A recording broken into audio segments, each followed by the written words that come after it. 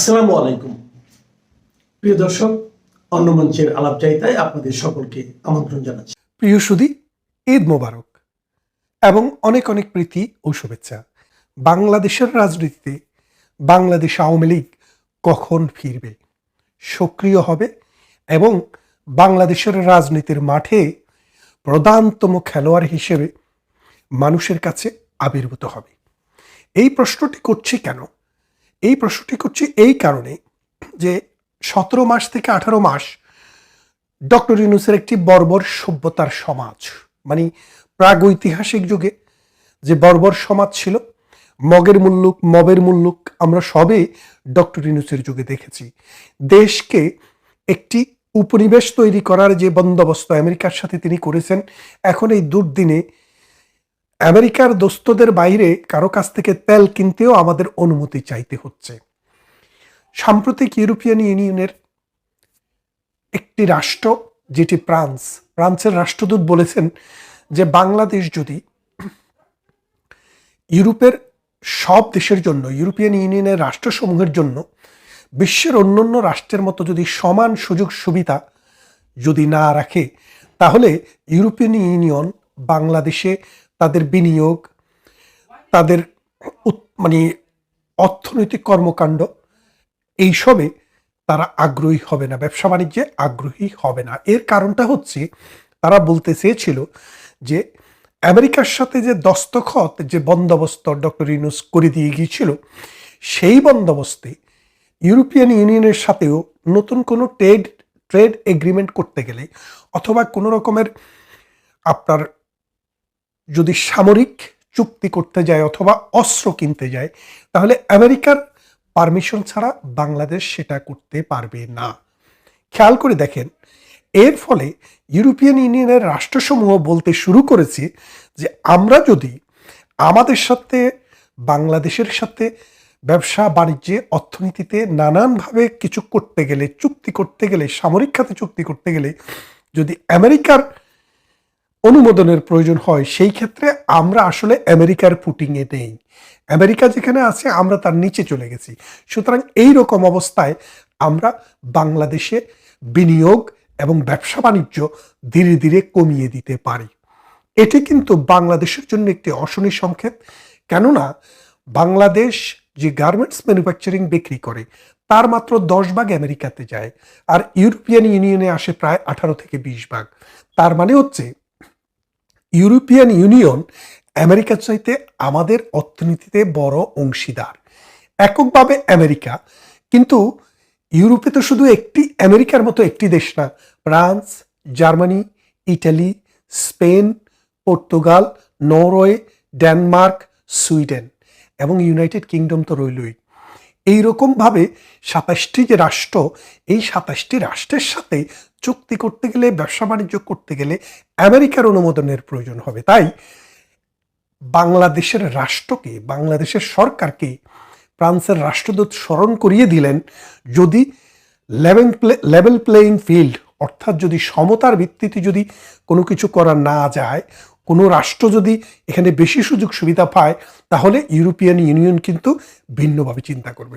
তো এইরকম একটা পরিস্থিতিতে একটা রাজনৈতিক আবহ যদি বাংলাদেশে তৈরি না হয়, জঙ্গিবাদ এবং মৌলবাদ যদি নিপাত না যায়, তাহলে এই বাংলাদেশ কিন্তু আস্তে আস্তে আস্তে আস্তে এমন একটি সুড়ঙ্গে চলে যাবে, সেখানে আফগানিস্তানের হেরাত, কাবুল, কান্দাহারের অবস্থা ছাড়া এখানে আর কিছু অবশিষ্ট থাকবে না।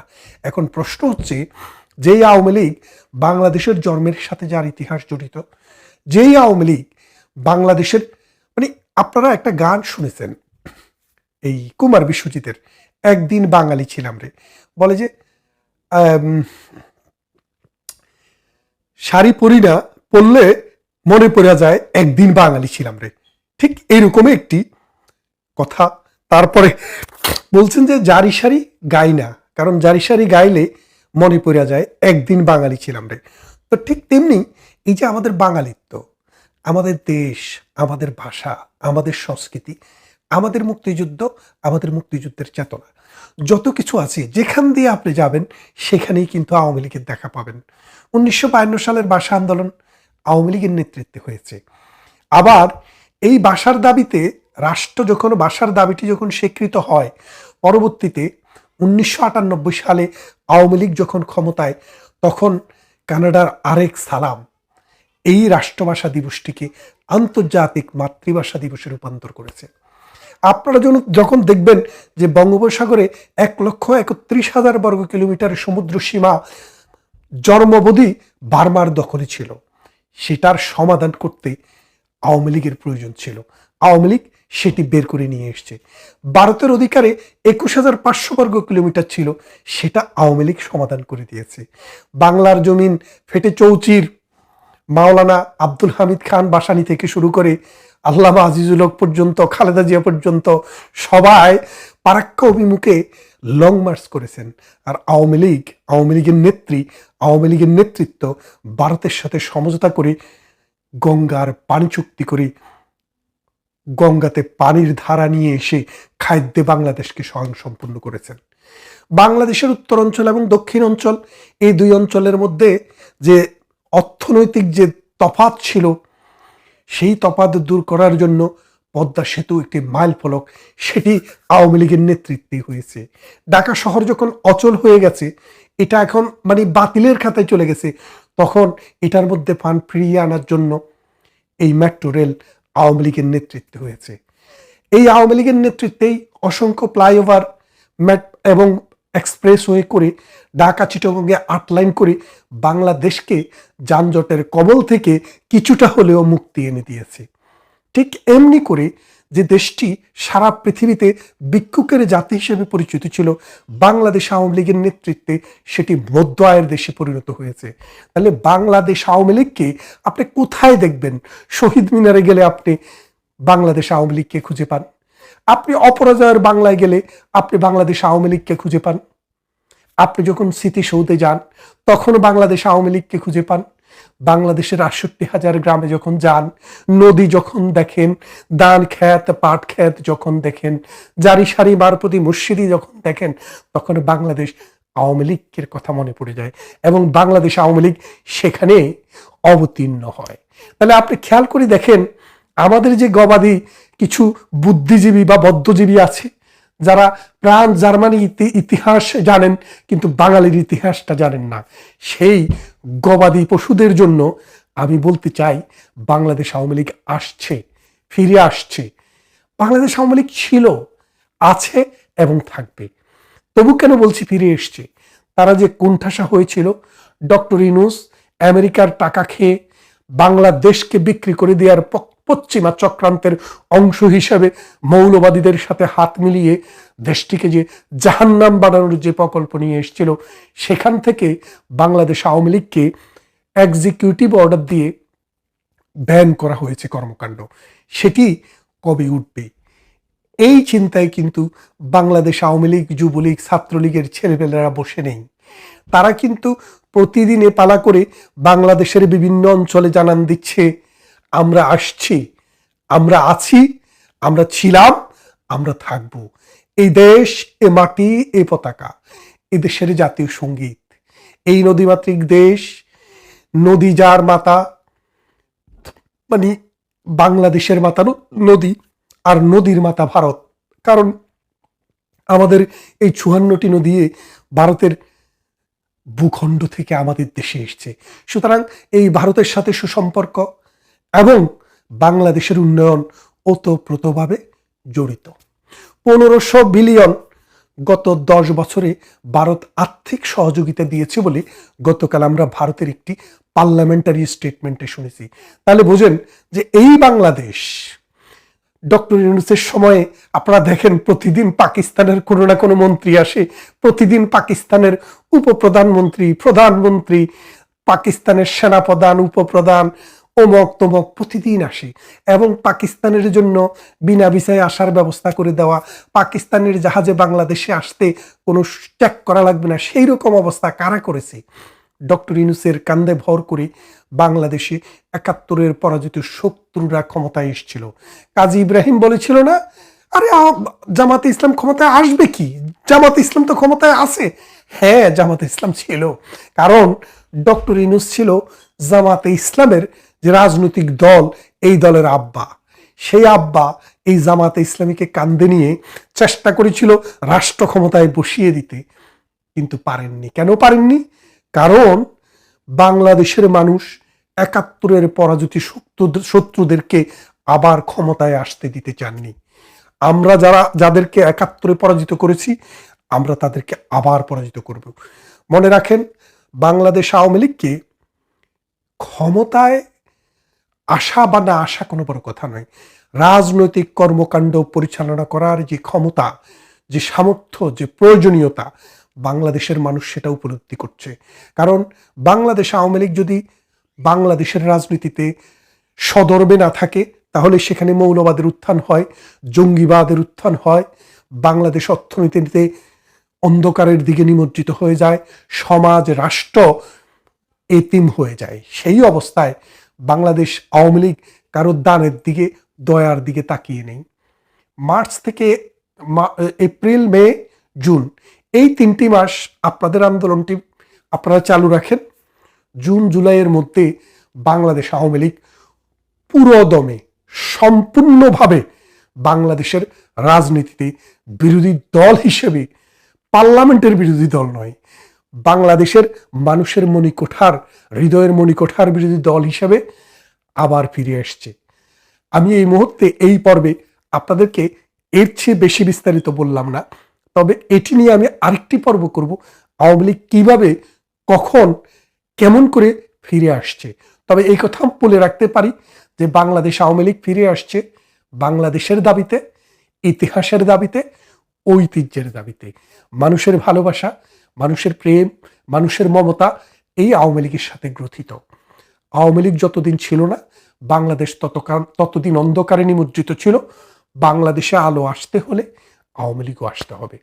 ভালো থাকবেন। কথা হবে অন্য কোনো ভিডিওতে, অন্য কোনো ইস্যুতে। আসসালামু আলাইকুম প্রিয় দর্শক, আমাদের ঈদের ঠিক একদিন আগে গত 20শে মার্চ শুক্রবার ভারতের নয়াদিল্লিতে খুবই গুরুত্বপূর্ণ একটি বৈঠক অনুষ্ঠিত হয়েছে এবং সেই বৈঠকের আলোচনার কেন্দ্রবিন্দুতে অবশ্যই ছিল বিএনপি সরকার গঠনের পর ভারতের সঙ্গে বাংলাদেশের সম্পর্ক কোন প্রক্রিয়ায় কিভাবে স্থাপিত হতে পারে। এই বৈঠকটি এই কারণেই অনেক বেশি গুরুত্বপূর্ণ, বিএনপি সরকার গঠনের পর এই প্রথমবারের মতন ভারত সরকারের নীতি নির্ধারণী পর্যায়ের কোনো শীর্ষ ব্যক্তির সঙ্গে বাংলাদেশের কোনো প্রতিনিধির এই বৈঠক। সেখানে বৈঠকে ছিলেন ভারতের পররাষ্ট্রমন্ত্রী এস জয়শঙ্কর এবং বাংলাদেশের রাষ্ট্রদূত, ভারতে নিযুক্ত বাংলাদেশের রাষ্ট্রদূত এম রিয়াজ হামিদুল্লাহ। খুব স্বাভাবিকভাবেই সেখানে উঠে এসেছে বাণিজ্য, কানেক্টিভিটি এবং ভারত বাংলাদেশের মানুষের সঙ্গে মানুষের যোগাযোগের উপর ভিত্তি করে এই সম্পর্ক পুনঃস্থাপন করতে হবে। কিন্তু এর বাইরেও নিশ্চয়ই আরও অনেক ধরনের আলোচনা হওয়ার কথা। সেই আলোচনাগুলো কী হয়েছে যদিও আমরা জানি না, তবে এই বৈঠকে কেন্দ্র করে বেশ কিছু প্রশ্ন উঠতে পারে। প্রথম প্রশ্ন, ভারত কি আসলে পুরোপুরি বিশ্বাসের সঙ্গে বিএনপির সঙ্গে এই সম্পর্ক স্থাপন করতে পারবে? আওয়ামী লীগকে পুরোপুরি হিসেবের বাইরে রেখে কি ভারত বিএনপি সরকারের সঙ্গে সম্পর্ক স্থাপন করবে? শেখ হাসিনাকে ভারত আদৌ ফিরিয়ে দেবে কিনা? যে গুঞ্জন শোনা যাচ্ছে যে শেখ হাসিনা দেশে ফিরে আসবেন, দেশে ফিরে এসে তিনি মামলা মোকদ্দমা ফেস করবেন, কারাভোগও করতে পারেন, এই কথাগুলো আসলে কতটা সত্য? আওয়ামী লীগ কী ধরনের প্রস্তুতি নিচ্ছে আগামী দিনে তারা রাজনীতি শুরু করার বিষয়ে, অথবা খুব শীঘ্রই তারা পারবে কিনা? এবং একই সঙ্গে প্রশ্ন উঠতে পারে যে বিএনপিও সরাসরি ভারতের সঙ্গে সম্পর্ক গড়ে তুলতে কতটা সন্দেহের ঊর্ধ্বে থাকতে পারবে, এবং যদি ভারতের সঙ্গে সত্যি সম্পর্ক গড়ে তুলতে চায় সেক্ষেত্রে জামাত এবং এনসিপির সমালোচনা তারা কতটা গুরুত্বের বাইরে রাখবে, অথবা গুরুত্ব দিয়ে হলেও কতটা তারা সেগুলো মোকাবেলা করতে পারবে। যেই প্রশ্নগুলো এই মুহূর্তে আমি উত্থাপন করলাম সেগুলোর উত্তর এক ধরনের হতে পারে। আমার মতে যেটি শুরু থেকেই জানি যে বিএনপির প্রতি ভারত সম্পূর্ণ সন্দেহের উপরে উঠে সম্পর্ক স্থাপন করতে পারছে না, বা তারা এখনও সেই পর্যায়ে যেতে পারেনি। তার কারণ তারা সম্পর্ক স্থাপন করতে গেলেই তাদের পুরনো অনেক বিষয়ের তাদের সামনে চলে আসে, 10 ট্রাক অস্ত্র কিংবা যেই ভারতের বিচ্ছিন্নতাবাদীদের আশ্রয় দেওয়া, মৌলবাদের উত্থান। তবে ভারত নিশ্চয়ই চেষ্টা করছে, যেটি তাদের নিজ দেশের কূটনীতিকদের ব্যাখ্যা বিভিন্ন সময় উঠে এসেছে, যে সব ডিম এক ঝুড়িতে রাখলে হবে না। সেই দিক থেকে ভারত নিঃসন্দেহে তাদের কূটনৈতিক কৌশলের মাধ্যমে যতটা সম্পর্ক রাখা যায় দ্বিরাষ্ট্রভিত্তিক একটা জায়গা থেকে, তারা সেই বিষয়টি নিশ্চয়ই মাথায় রাখবে। আওয়ামী লীগকে পুরোপুরি হিসেবে বাইরে নিশ্চয়ই ভারত রাখছে না, যেটুকু অন্তত আমরা জানি। এবং আওয়ামী লীগের রাজনৈতিক পুনর্বাসনের ক্ষেত্রে ভারত এখনও পর্যন্ত চেষ্টা চালিয়ে যাচ্ছে। শেখ হাসিনাকে ভারত ফেরত পাঠাবে না, এ কথা আমরা নিশ্চিত, যতদিন না পর্যন্ত শেখ হাসিনা স্বেচ্ছায় ফিরে আসেন। এবং শেখ হাসিনা আসলেও দেশে ফিরে আসছেন কিনা এই ধরনের গুঞ্জন যা ছড়িয়েছে তা একবারে ডাহা মিথ্যা। আমি যতদূর জানি, আমার নিজস্ব খোঁজখবর থেকে যতটুকু আপনাদের সামনে বলতে পারি, আওয়ামী লীগ প্রস্তুতি নিচ্ছে দেশে রাজনীতি আবার শুরু করার বিষয়, এটাও সত্য। কিন্তু তারা কতটুকু দ্রুত করতে পারবে সেটি হচ্ছে বিষয়। কেউ কেউ বলছেন যে 6 মাস 1 বছর, কেউ কেউ বলছেন যে 2 বছরও হতে পারে। এবং যেটি অপেক্ষাকৃত বাস্তবসম্মত তথ্য সেটি হচ্ছে যে তারা ধীরে চলো প্রক্রিয়া অনুসরণ করছে। বিএনপি সব ধরনের সন্দেহের ঊর্ধ্বে উঠে ভারতের সঙ্গে সম্পর্ক স্থাপন করতে পারবে কিনা, ভারত যেই সন্দেহটা রাখছে বিএনপির প্রতি, একইভাবে বিএনপিও সম্ভবত সেই ধরনের সন্দেহ রাখছে। তবে এক্ষেত্রে একটি কথা বলতে চাই, আপনারা খেয়াল করে দেখবেন যে ভারতের সরকারি পর্যায় থেকে তারা কিন্তু বেশ কয়েক মাস নির্বাচনের আগে থেকেই বিএনপির প্রতি এমন কোনো ধরনের বিরূপ আচরণ করছে না বা বিরূপ কোনো মন্তব্য করছে না, যাতে করে কোনোভাবে সন্দেহের সৃষ্টি হয় ভারত সরকার এবং বিএনপি সরকারের মধ্যে, অথবা দলীয়ভাবে বিএনপির মধ্যেও।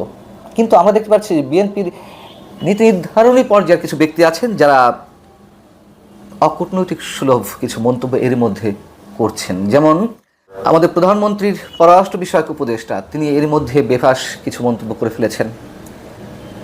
তিনি এই মন্তব্য করেছেন কদিন আগে যে শেখ হাসিনা পালিয়ে গেছেন, তিনি যাতে ভারত থেকে কোন ধরনের সন্ত্রাসী কর্মকাণ্ড পরিচালনা করতে না পারেন। ভারত যদি এ বিষয়ে নিশ্চিত করে তাহলে দুই দেশের সম্পর্কের ক্ষেত্রে কোনো বাধা থাকবে না। একেবারে অকূটনৈতিক সুলভ মন্তব্য। ভারত যদি বলে যে না, শেখ হাসিনা ভারতের মাটি ব্যবহার করে আর কোনো সন্ত্রাসী কর্মকাণ্ড চালাতে পারবে না বা করবে না, তার মানে কি ভারতের আগে সন্ত্রাসী কর্মকাণ্ড চালানোর বিষয়ে শেখ হাসিনাকে ইন্ধন দিয়েছে?